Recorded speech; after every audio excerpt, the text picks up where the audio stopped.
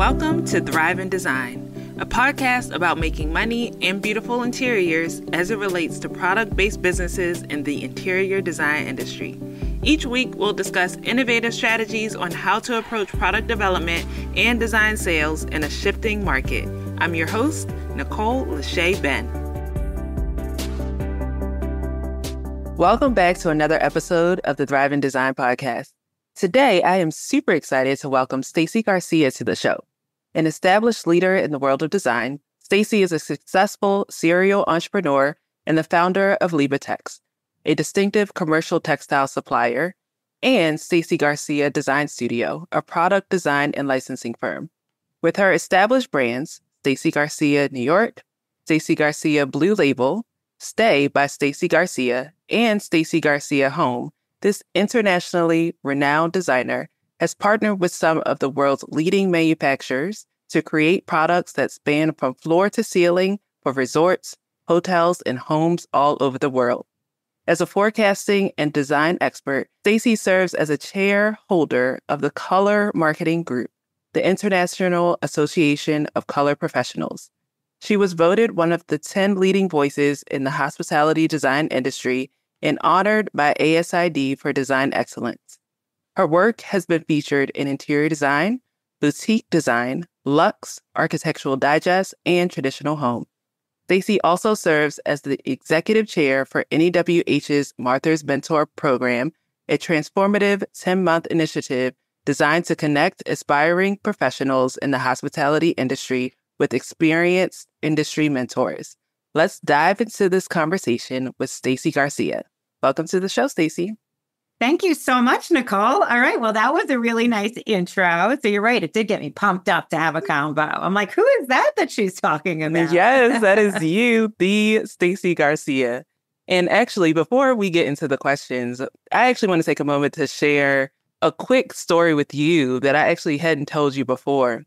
So when I was in college, I was interning at this firm in downtown Syracuse. And I remember, of course, as all interns, you're charged to organize the library. And I remember seeing your boxes in the library. I'm like, wow, who's this Stacy Garcia lady? She has That's amazing. her own stuff in the library. Fast forward a few years, I was working at Seal and I started to sell your wall covering.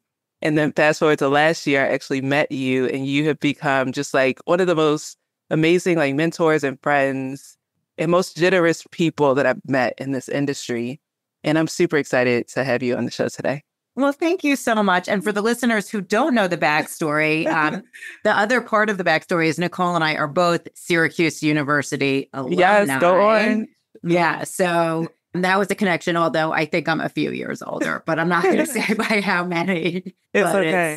That's such a cool backstory. I love that. And now I'm so excited to be connected with you and right back at you. I mean, I feel like regardless of age, we all have something, knowledge that we can share with each other. And you have also been a mentor and a good friend to me too. So I am just so happy to be part of your tribe here of creative entrepreneurs. Yes, awesome. So let's dive into it. I always like to start by asking my guests a little bit about their journey in the industry. So share with me a part of your journey in the world of interior design and what inspired you to pursue the career path in textiles, interiors, and all the things.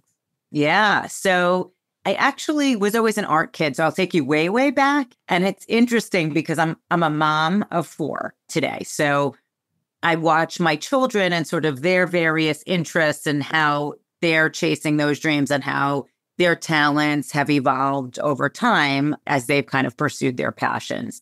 And so I was one of those kids. I wasn't a science kid. I wasn't an athlete and I wasn't a dancer, but I was an art kid. So all of my extracurriculars were in art. And I was really fortunate to have parents who kind of hippies and, encouraged me to go follow that passion and take it, through university level. So I ended up at Syracuse studying as part of their visual and performing arts school, something called surface pattern design. So I actually have a formal degree. And, for those of you who are watching on video, you can see some of the patterns on my wall, pattern on my shirt.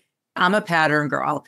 And I think part of that is it's just what I was attracted to in college, seeing one of my sorority sisters, actually. I was originally computer science or computer design, I guess it was called, major, but it was a lot of programming. And I went, for more fine art. So I dropped that after a semester. I saw one of my sorority sisters sitting and painting these like really fine patterns. And I'm like, what is that for? What class is that? Oh, no, it's a major. She said, it's not a class. And so I checked it out and it was so much fun. And we learned how to design everything from wallpaper, to wrapping paper, carpets, dishware, really anywhere that you would put decorative pattern application. And it gave me a good basis to go out and kind of jumpstart because you could sort of take it anywhere. And I was fortunate in college, like you said, you were interning and you were cleaning out the boxes. And you're like, oh, who's this Stacy Garcia? The way I even thought about even having my own brand is when I was in college, I interned for Ralph Lauren.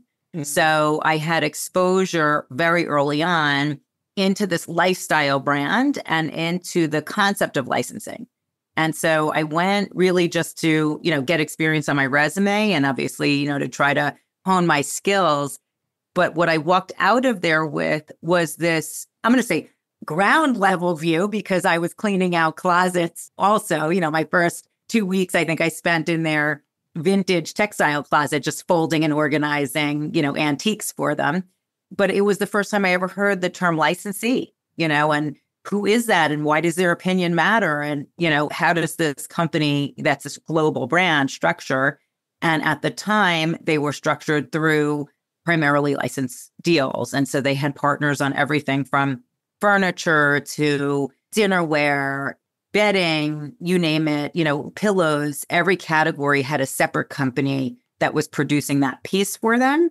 And then all of those different elements came together in the showroom. And so it was really cool to see how you had designers working on every category, but it all came to life in this lifestyle. It was home furnishing, so it was a twice-a-year update. And I mean, they did it like magic. Like they wanted to transport the buyer where you left Madison Avenue and you would open a door and you would walk into Ireland and, enter the Irish cottage. So, for me, it was a great basis of exposure into licensing, into design, into lifestyle, all of it. And it really kind of sparked where I saw my career eventually, what I would aspire to do. So yeah, that's and now you're doing it. And now yeah, I mean, one day at a time, yeah, I'm out there, doing my own version of it. Yeah, that's amazing.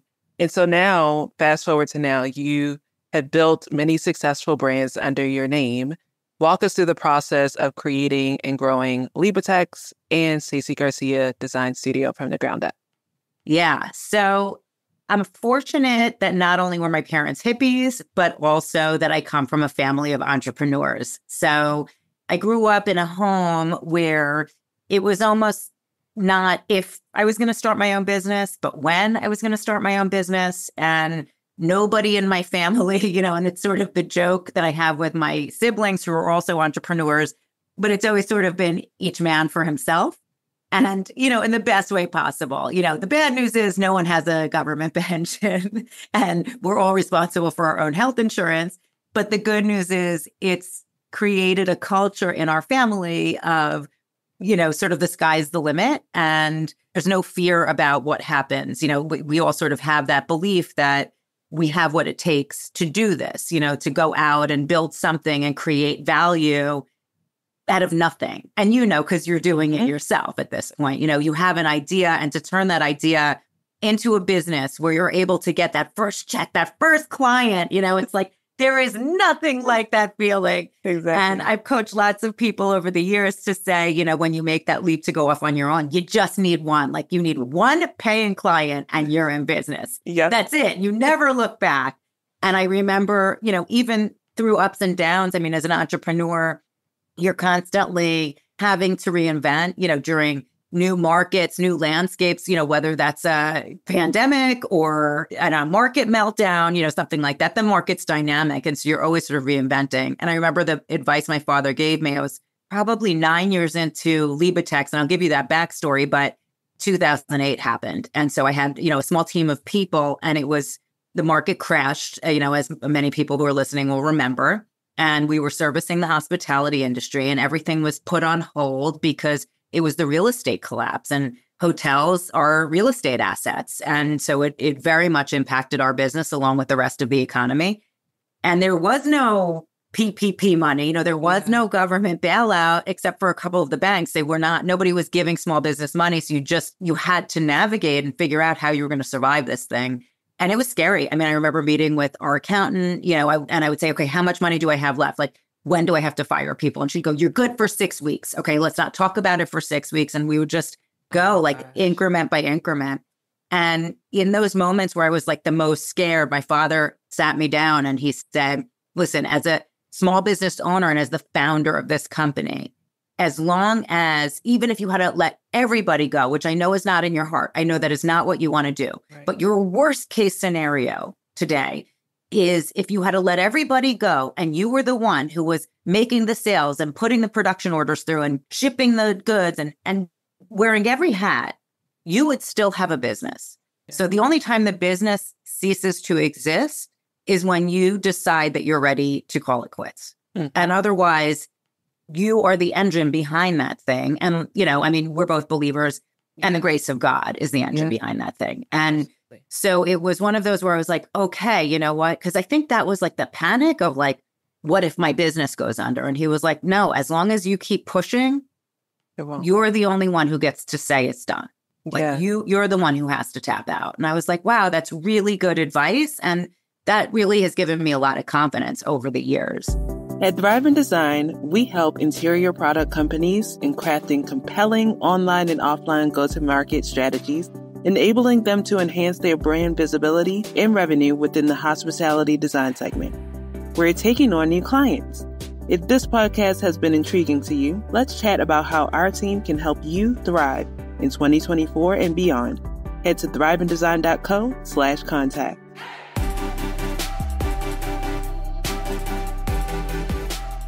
So you navigated 2008, a global pandemic. Oh, yeah. And probably many other challenges. Like, how did you get to this point where you have all of these brands, all of these licensing deals? Like, was there one or two things that you believe like propelled you forward? Yeah. First, I'll take you back to the beginning a little bit, too, because I know I kind of jumped 9 years in with this, coming from that family of entrepreneurs. And my backstory is my dream originally was to do licensing. So like I said, I was exposed to this concept at Ralph Lauren. I was a senior designer at that point. So I got my first job after Ralph, worked in New York City in a textile building. So there was two main textile buildings on Fifth Avenue at the time. I took a job at one of them. And the easy thing was then when you wanted to take a new job, you'd just like float your resume up a few floors and you'd move a few floors up. And I literally didn't change buildings. I just went 3 floors up for my next job.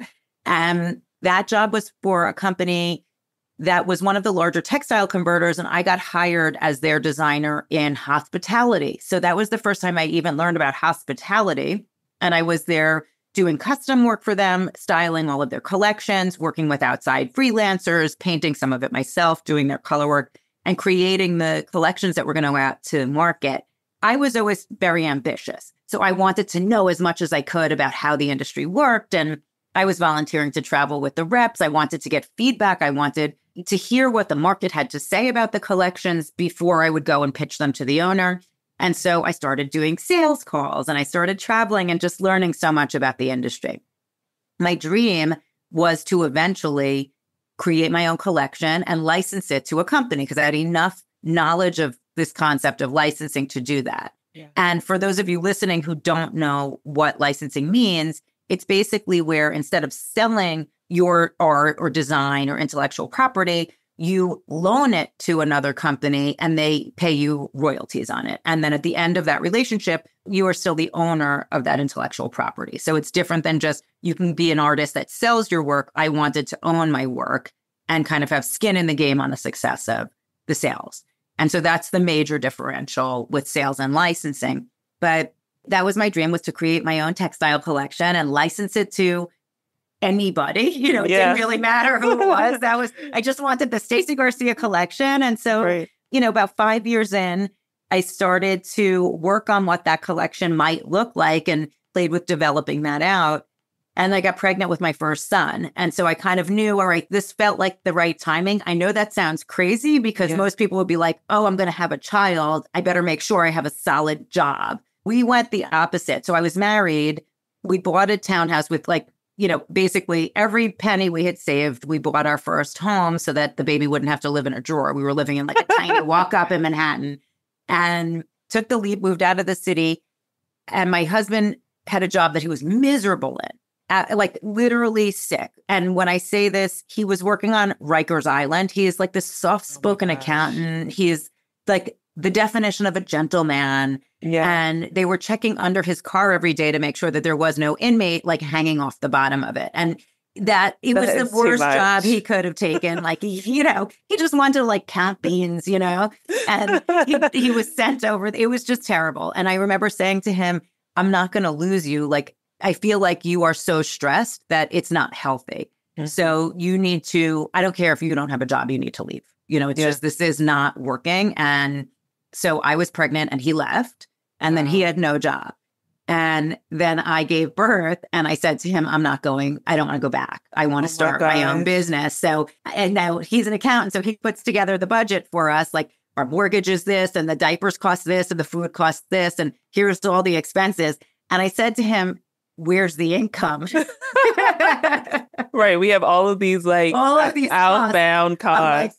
There's no top line. Like there's supposed to be an income line. He's like, I'm like, so put a big, we joked like there was a big goose egg. There was a big zero at the top.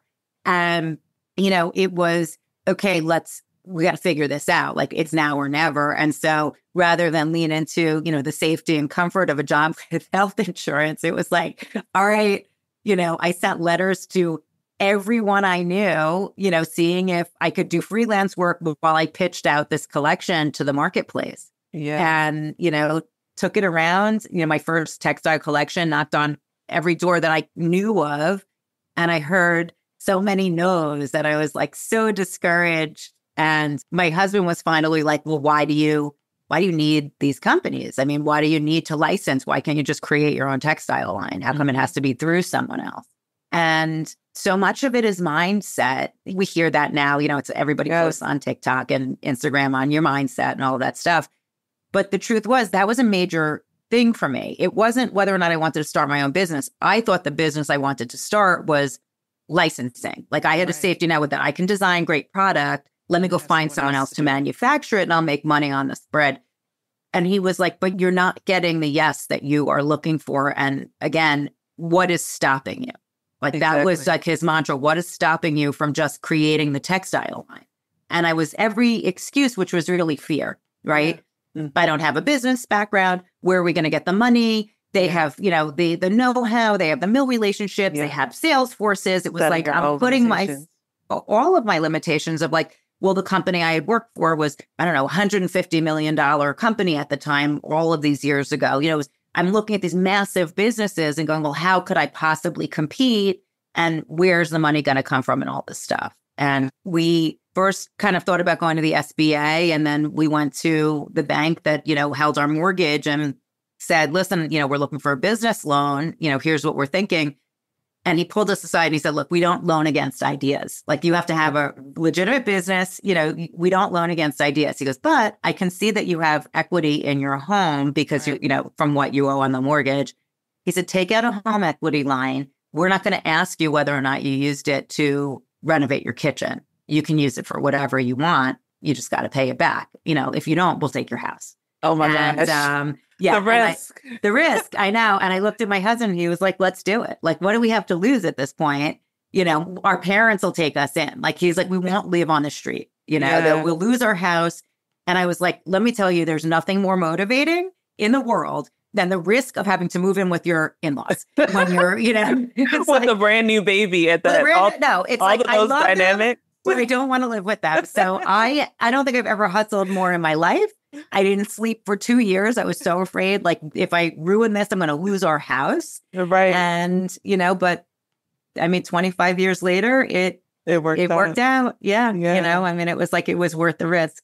And just like stopping on that entrepreneurship part of just like getting all of those no's, I feel like sometimes people will think of entrepreneurship and see the end result and think, oh, it was so easy. She probably got all these yeses and got her foot in the door or whatever.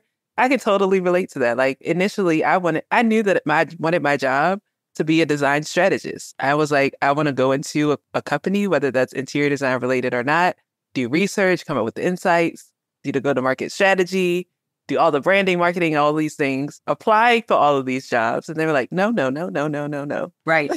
Even the potential clients, they're like, I don't know. No, no, no. Yeah. But you just have to like keep going, keep up with that grit. And so like literally the vision that you have in your mind comes to pass. And like that not giving up is so important. I love that. Yeah. And on that note, 2 points that I want to make that were so helpful to me and continue to be helpful to me. One is that, and this came from a coach of mine, Heidi, so I'll give Heidi the shout out here, but when she said, let it be blessed or blocked. And it's the idea that if you're hearing the no's and it's being blocked, that you have to trust that God is blocking it for a reason. Like bless it or block it. And not to be so attached to the blessing. Like you said, it's like you have it in your head, but sometimes God or the universe or whatever it is that you call that bigger energy has a plan that we can't fathom.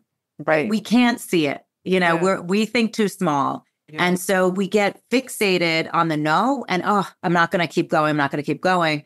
But it's like almost you treat those no's like it's being blocked for a reason. And if you can surrender to that and not give up, just keep going, then at some point the yes is going to happen and it's going to be the right yes. Yeah. The right one open. The right one is going to open. And the other one, that I would say to myself over and over again, when I was first getting started, trying to pitch, every no gets me closer to a yes. So that became like a mantra of mine. Every no gets me closer to a yes. And it would be like a challenge to myself where I would like high five myself if I got a no. I got a no. I got another no. Okay. Like I'm one more step closer to my yes. Like I knew it was coming. And I kept saying there's a statistic in this, right? I don't know if it's every 10 calls lead to a yes. I don't know if it's every 50 calls lead to a yes. It might be every 200 calls lead me to a yes. I'm never going to know that stat if I give up. At some point, I'm going to get my yes. And then I'll have a baseline statistic to know how many calls I need to make before I get my next client or my next opportunity. And so it became a game that I played with myself. Exactly. I love that. All about the consistency, not giving up, and all the things. So let's go over to your expertise in like forecasting and design. So as a forecasting and design expert, where do you draw your inspiration and information from when predicting trends in the industry? So that's a great question. I'm going to give a shout out to Color Marketing Group. And if you're interested in that, it's Color Marketing. I think it's colormarketinggroup.org or colormarketing.org. And it's an international color forecasting association. And I've been a member for well over 20 years. I'm a chairholder of that organization. And basically what we do through that is we share information, which is wild, right? Because you're sitting in groups with potential competitors. You're sitting in groups with people up and down the supply chain. I've been part of forecasting groups where it's people who are doing the chemicals that are going into the paint colorants, and it's consumer and commercial. So it's not just commercial product. Like people from Kimberly-Clark have been at meetings, Crayola crayons, cosmetic companies, cars, like automotive send people. It's amazing the companies that have a presence here who are sharing what we're knowing, the knowledge base on what's currently selling, where we see consumer preferences moving, and then sharing that with the group so that we can create as an entity, as a nonprofit, a forecast for our members. And so I've learned so much through that process and taken so much of that into my own practice, and then created our own, obviously, version of it, which for us also includes a tremendous amount of travel. We're going out to different trade shows. I'm seeing what's happening, meeting with clients, really tracking our sales. We've got product now that's sold in 52 countries. So I have a great amount of intelligence that we get just from, our own sales. And part of that forecasting process is looking, it's not a crystal ball, so it's not an exact science. But after doing this for 20 plus years, what we've learned is that there are things that we call drivers. And those are things that sort of impact consumer preference. And they can be anything from economic drivers, political times that will make people prefer one color or one trend over another. It can be social climate that's happening. It can be environmental things that impact. We look at art and fashion, what's happening as sort of an early driver or early indicator of what's, where some trends are happening. And so we're really kind of looking over a holistic landscape at what might be influencing what consumers' desires are, right? Because ultimately, when we're creating product or we're creating interiors, we want to make sure that we're giving people what they're looking for or giving them something that is a little bit unexpected, but still something that when they walk away from it, they're not like, Yeah. It's like you want to be like, oh, and and there's a big difference, right? So my goal is always to sort of push a little bit. We want to lead through our partnerships and through our product, but not be so far out that we miss. And so that's always, the hardest balance is, what's the timing of collection development and how do we make sure we're ahead enough, but not too far ahead. And so we're looking at all of these different trends. And, I'll give you an example. And it's one from the interior side that we all lived with. We talked a little earlier about the crash of 2008.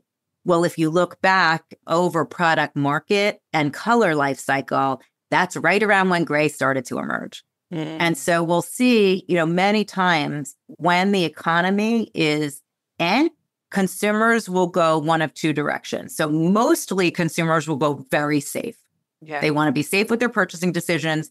They're not taking a risk. They need this item to last longer than they might want it to. Right. And so they're going to make safe purchases from a color palette perspective. And gray becomes a really easy neutral, right? It's like, it's a classic color. It's the perfect shade between white and black. It kind of goes with everything. We were on that cool gray ride for a really long time. And gray had been out since the 80s. Like the last time we saw gray in the palette was in the 80s. And it was gone. And then all of a sudden it comes from this economic downturn and it stays forever. It's not like it was never leaving. So I'm happy to report that we're really finally seeing a shift out of gray and we're seeing that shift into more taupey colors. It's still the gray family, right? Okay. So consumers may Taupe still be back. typing in gray, but taupes are coming back strong. Beiges, warm sand colors coming back strong. Okay. And then, part of my forecast is we're going to see gray kind of fall off a cliff at some point soon. What we've been encouraging our partners to do is what we call bridging for the, whether it's for the interior designer or the end consumer, because people have invested into a lot of gray. They have great tile. That's not leaving the building. They have great kitchens. That's not leaving the building. So we need to give them a way to sprinkle a little accent and have it look intentional. But it's an example of where an economic driver impacts color.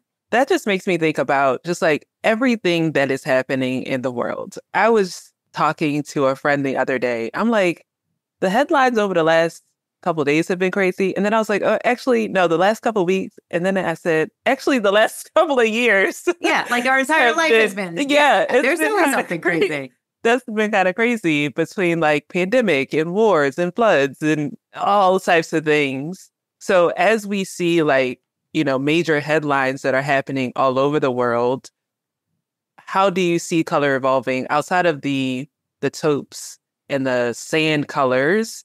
How do you see color evolving and then impacting the product development, especially for interior products?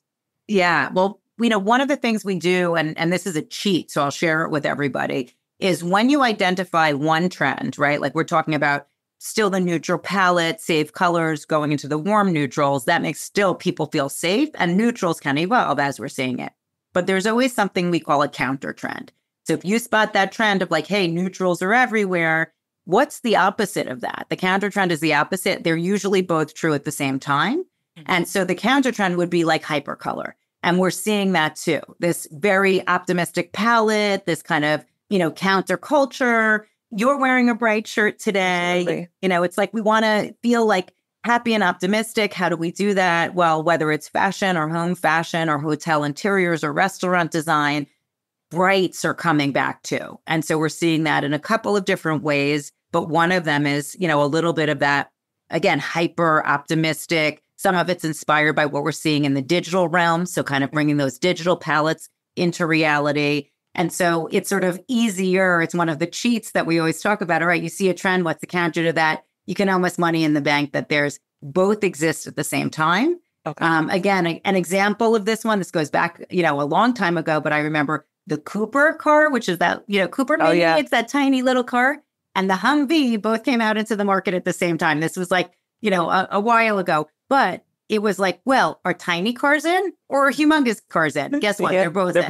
Correct. Right. So, it was, you can sort of usually spot it like that. And then we've got some really exciting trends that are on our forecast for 2025. So we're usually working on trends 2 years out. We're going to be ready to, and when we do that, it's because we're working with our licensed partners on their collections at least 12 months, if not longer than that, in advance before they hit market. So we need to make sure we're really ahead of the curve. And then we will bring our forecast to the market in advance of when we're launching that product. So we have some really exciting trends that we've seen coming across the landscape. And some of it is an evolution. So I like to say, with trend forecasting, when you're looking and you want validation, if you're starting a new interior design project or you're starting a new product development cycle, whatever your business is, knowing what colors are happening, knowing what design trends are happening are important because it helps you make sure that you can bring product to market or bring an experience to market that's going to generate the most value to that consumer, right? It's like we said, we're hitting it where it's like, oh, not ooh. Yeah.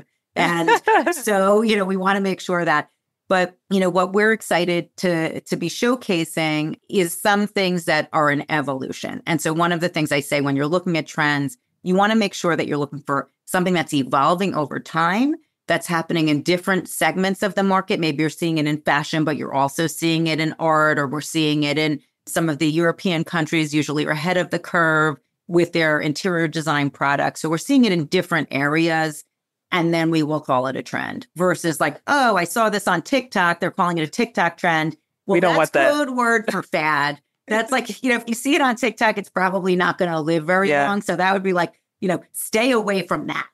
Okay. Right. Those TikTok trends last a week or less, and it's on to the next thing. We want something that has a little bit longevity when it comes to like product development. Yes. And, that would be how I would distinguish a fad versus a trend. And so it's really getting our language down. Mm-hmm. The problem is everybody's calling it a TikTok trend. So then I'll have people, I don't want to follow the trends. No, you don't want to follow the fads. The fads, yeah. Right. So we made it a better word. Yeah, I'm going to call that out in our marketing for this episode, fad versus trend, and the definitions of each, which ones you should be paying attention to, for sure. Exactly. All right. And I have a good question for you. And I know, Stacey, we've been talking about licensing. I have a lot of, well, I wouldn't say a lot, but I've definitely over the last 12 months, a lot more people have been coming to me like, hey, you help with interior product companies and their go-to-market strategy. I actually am an artist or a designer, and I've been thinking about licensing. I have no knowledge on this, but I feel like you are the licensing guru and expert. So what advice would you give to an artist or designer that's looking to successfully secure and maintain licensing deals? Okay, that's, there's probably an entire course that I need to write. 60 seconds, and then we can do the course. Exactly, I know. I think the first thing would be to understand what your rights are to your intellectual property and make the decision that you don't want to sell your art, because I've known lots of artists who have created amazing careers selling their art. So there's nothing wrong with that. I don't want people to feel like, oh, that's the wrong way. It's not. It's one option. A different option is licensing. And so for me, licensing has been a good place to build a career because I can leverage a single piece of art in different categories. So, for me, the first place to start as an artist or designer, as you're creating your intellectual property, would be, research, maybe get a lawyer, but start to copyright your things so that you have the protections in place. So that would kind of be a good place to start, is to make sure that if it's a trademark, your brand, you're trademarking it. If it's a two-dimensional work or written content, you're copywriting it. If it's a three-dimensional piece that's patentable, you patent it. And so you're going to want to put some protections in place for yourself. And then don't overthink it after that. I think at that point, you start to decide, where do you think your product fits? And like we talked about earlier in this episode, make a list, send some emails. It is easier today to connect than ever. I mean, I had to work literally like a Yellow Pages phone book. Oh my gosh. You could work LinkedIn. and you just boom, boom, boom, and you send an intro and see if there's interest in licensing. So that's, a great way to start. Just nothing happens till something gets sold. So you just go, like we said, you need that first client and you're in business. Yes. Listen, that was a great intro in 60 seconds to licensing. I can't wait for you to go above and beyond so I can refer people to a future course that you'll create. Yes. Well, Sure. In the meantime, I do want to kind of do a shout for anybody who is just kind of going back to the forecasting piece, right? What the colors are going to be, what's that forecast going to be? While I'm building out a course on licensing, kicking off actually in September in Chicago and running through March is the Stacy Garcia Trend Tour. That's going to be done in partnership with NEWH, which for those of you, Network of Executive Women in Hospitality. And we're going to be traveling to 12 cities all over the country. And I'm going to be bringing my trend forecast to various chapters of NEWH. I'm so excited. So follow me for more information on that. And we're going to have a section of our website so that you can see what the cities are. And we want to just make it fun. It's really a celebration of color. It's a celebration of design. And, it's meant to inspire and educate the design community on what is forecasting. Like you said, the difference between a fad and a trend. What are my forecasts? What colors do I see? Because there is nothing worse as an interior designer than being nervous that what you're presenting to your client is going to be a fad. And when you do the ribbon cutting, it's going to look old. So, I'm out there trying to make sure that you feel empowered, that your color palettes, your choices, your design direction are on trend, not on fad, and that it's going to have a long life cycle and look amazing until your next PIP renovation. Yes, and I cannot wait. I'll be at the DC location for this trend tour. It's going to be so much fun. To wrap it up, Stacey, lastly, I know you have this trend tour that's coming up, but what's next for you and your brands in the coming decade? Are there any exciting projects, plans that you have on the horizon? I know. That's a good question. It's funny. I'm I do my 3-year roadmap and I had a hard time. I used to try to do the 10-year and it felt overwhelming to me. Mm-hmm. So my grace to myself has been kind of that 3-year roadmap. Okay. So what's on the horizon next? We're actually celebrating 20 years as a design studio. Excellent. So we're going to be doing a whole new website, a rebrand, a relaunch. We have some new exciting partnerships that we are in works with that I can't announce yet, but some of them are in hospitality. Some of them are on the residential side of the business. And so we're really going to be growing out the manufacturers that we're working with. We have exciting new flooring collections that we're going to be launching in November with signature flooring. So that's going to be a holistic flooring line, everything from hard surface to carpet tile, broadloom, and public space. So really excited about that partnership. And honestly, we were joking with my husband. I said, I'm going 4 years out on this one. My youngest will be in college in 4 years, and I want an RV humming in the driveway right after we kiss her goodbye, because my plan is to hit the road for a year and go get inspiration and travel and visit our clients and just, be on the road. I love travel. It fills my soul. So, that is part of the vision I have for myself and, to just keep growing and inspiring my team and, hopefully giving back to this amazing community that's been so generous to me and my studio. Yes. Well, that is amazing. I cannot wait to see all of those things come to fruition and to just celebrate along the way, along the journey from here on out. Thank you so much for sharing everything from your start at Syracuse, from doing computer science. Who would have thought? To surface pattern, to your internship experience, to really taking that leap of faith and following your heart. Thankfully, with a wonderful supportive partner who was there to push you every step of the way.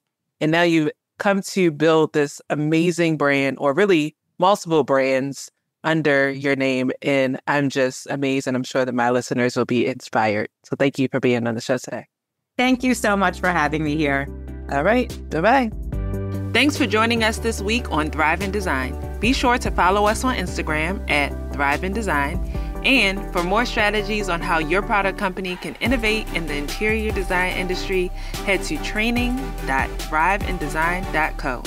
As always, subscribe to the show to catch every new episode and leave us a review so we can continue to create captivating content. See you next week.